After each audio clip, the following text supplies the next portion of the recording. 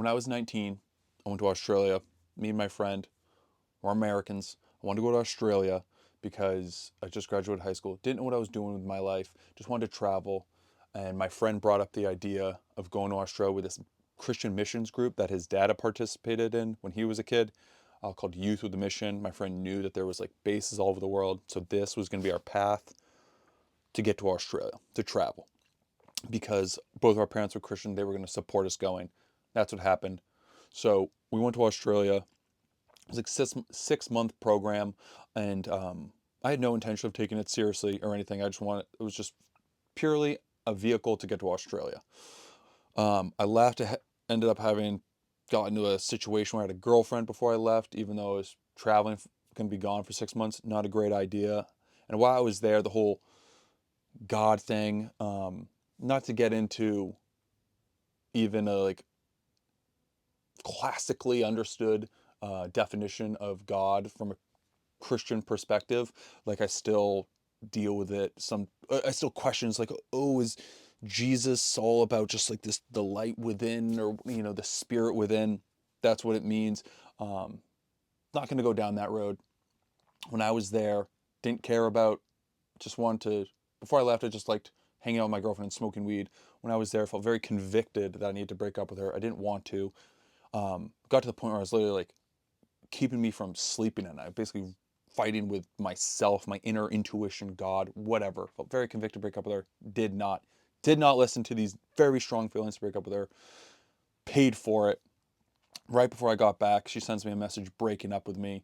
I was devastated. Then she disappears. No one can get a hold of her. People are calling me. No one knows where she is. I'm freaking out. Experienced anxiety like I never had in my life. I couldn't eat. It was terrible. Real learning lesson.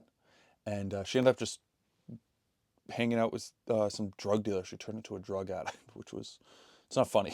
It was terrible. I was worried about her dying. I mean, she was doing heroin. But and then it took me a long time to get over that. This girl I really liked, was attracted to, whatever. Broke my heart. Embarrassing to say. I was 19 or whatever. Uh, you got to get those out of the way. Get your heart broken. But I really felt convicted to do something. I didn't do it, and I paid for it. And again, a few years later, I had a friend staying with me. Again, he was fucking doing drugs and he was supposed to stay with me and not be doing fucking heroin. But I caught him using heroin, and I felt like I was supposed to, really felt strongly like I was supposed to kick him out. Didn't. Paid for that dearly. He crashed my car. I got arrested. Terrible. And I feel like if you can't be entrusted to do the small things, if you felt convicted to do something and you can't, and it's something seemingly small, to kick out a friend out of your parents' house because they're doing fucking drugs, or to break up a girl who, you know, you're not really aligned with. How are you gonna be able to do the bigger things? Like if you can't lift a 25-pound weight and you want to lift a 45-pound weight, you got to deal with a 25-pound weight first. And man, there's something about me where I just seem to like to learn the hard way. And it's only now where I've realized it's just like I got to be able to do the small things to be able to do the big things. Like um, I'm 34 years old, so I'm a grown man. Like I'm not a child, but I've been on this trip of climbing the tallest mountain in every single state, and I want to make it.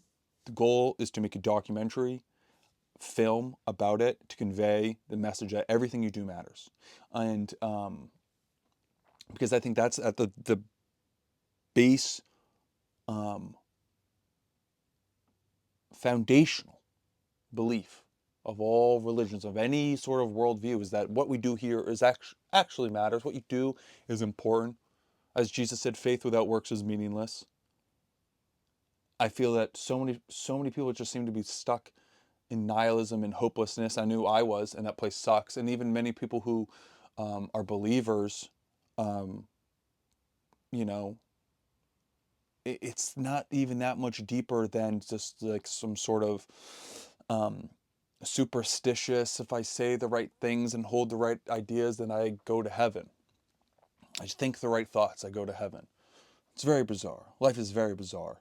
But I feel that to be entrusted to do big things,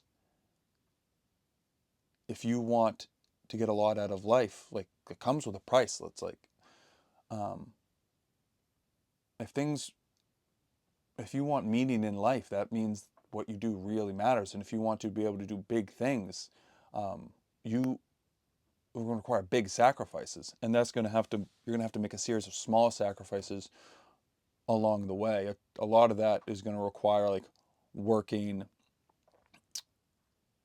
in silence with people don't give a shit what you're up to. When I felt convicted to take on this task. And before I left, like there was times where I felt really heavily worried about like, am I making the right decision? Is this retarded? Am I insane? Like, what am I doing?